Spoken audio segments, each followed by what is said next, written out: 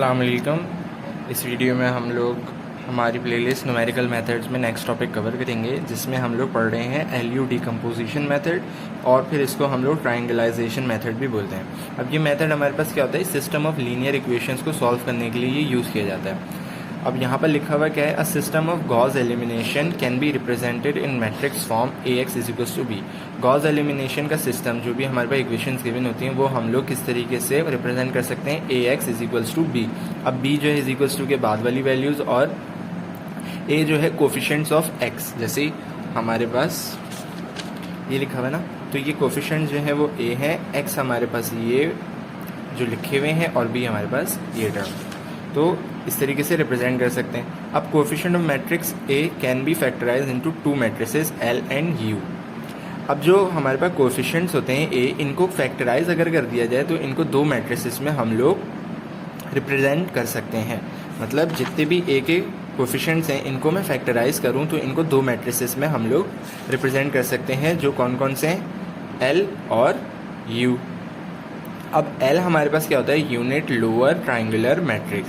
Unit lower triangular matrix हमारे पास क्या होता है, जिसमें डायगोनल 1 हो और नीचे की टर्म्स हमारे पास ये जो टर्म आएगी L21, ये L31, ये L32, और अपर जो है वो 0 0 0।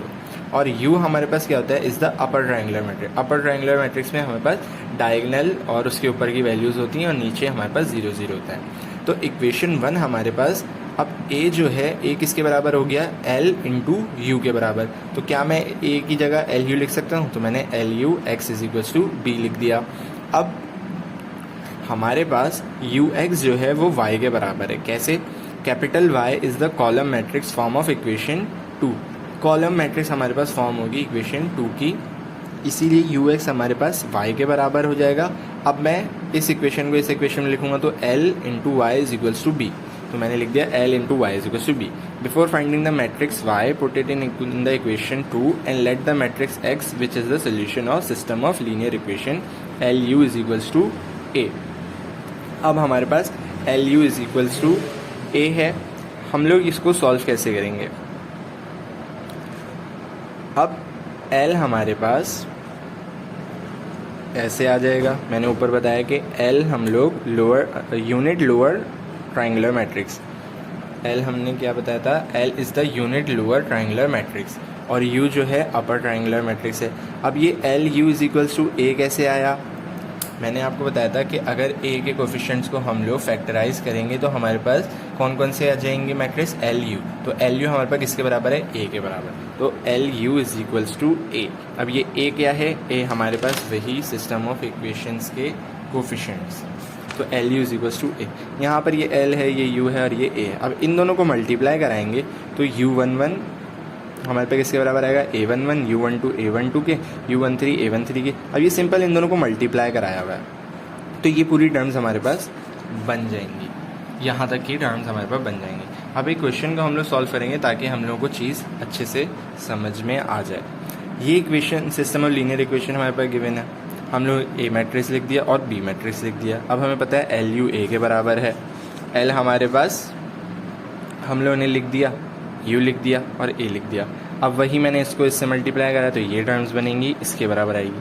अब U11 किसके बराबर है, 8 के, U12 किसके बराबर है, 4 के, U13 किसके बराबर है, -1 के, L21 U11 किसके बराबर है, -2 के, और इसी तरह आगे हम लोग कंपेयर करके वैल्यूज़ निकालेंगे।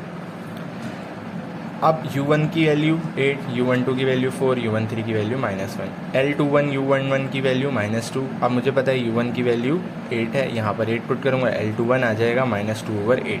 तो L21 हमारे पास क्या है, -1/4। इसी तरीके से ये टर्म लिखूँगा L21 U12 plus U22 is equals to 5। इसको पूरा सॉल्व करूँगा तो U22 हमारे पास 6 आ जाएगा।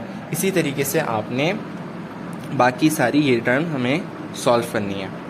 अब जब ये पूरी टर्म्स हमें सॉल्व हो जाएंगी तो हमें L भी पता लग जाएगा और U भी पता लग जाएगा। कैसे, हम लोगों ने सॉल्व करा तो हमारे पास L21 भी आ जाएगा, L31 भी आ जाएगा, L32 भी आ जाएगा और ये वैल्यूज़ भी आ जाएंगी। अब हम लोग L अलग लिखेंगे, U अलग लिखेंगे, L अलग लिखा, U अलग लिखा। अब हमें पता है कि L को अगर हम Y से मल्टीप्लाई कराएं तो हमारे पास B के बराबर आना चाहिए। तो L हमने इधर लिखा, Y हमने इधर लिखा और B के साथ मल्टीप्लाई करा दिया।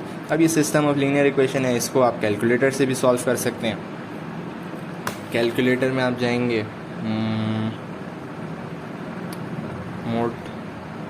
मोड दबाया, 5 इक्वेशन पे आ गए। अब ये जो सेकंड वाली इक्वेशन है ये इसके साथ मैच हो रही है, 1 2 3 और ये 4, तो 1 2 3 और ये 4, तो इक्वेशन 2। अब यहाँ पर हम लोग वैल्यूज़ पुट करेंगे, जैसे पहली 1 थी,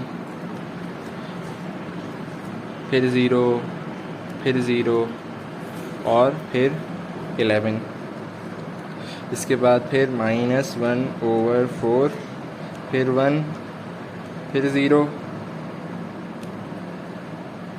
सॉरी फिर 11 था बीच में,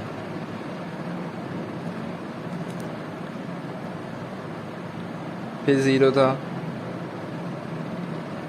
फिर हमारे पास था 4, तीसरे में 1/4 -1/3, फिर 1, फिर 7। अब इस इक्वल्स टू दबाएंगे तो x1 हमारे पास 11 आ गया, x2 हमारे पास 0.61 आ गया, उसके बाद 49/11 आ गया। अब मुझे लग रहा है शायद ये 11 नहीं था, ये 1 ही था, मैंने गलत लिख दिया है, तो इसको एक दफ़ा क्रॉस चेक कर लीजिएगा। वैल्यूज़ हमारे पास ये आएंगी, y1 हमारे पास 11 आएगा, y2 हमारे पास 27/4 आएगा और y3 हमारे पास 13/2 आएगा।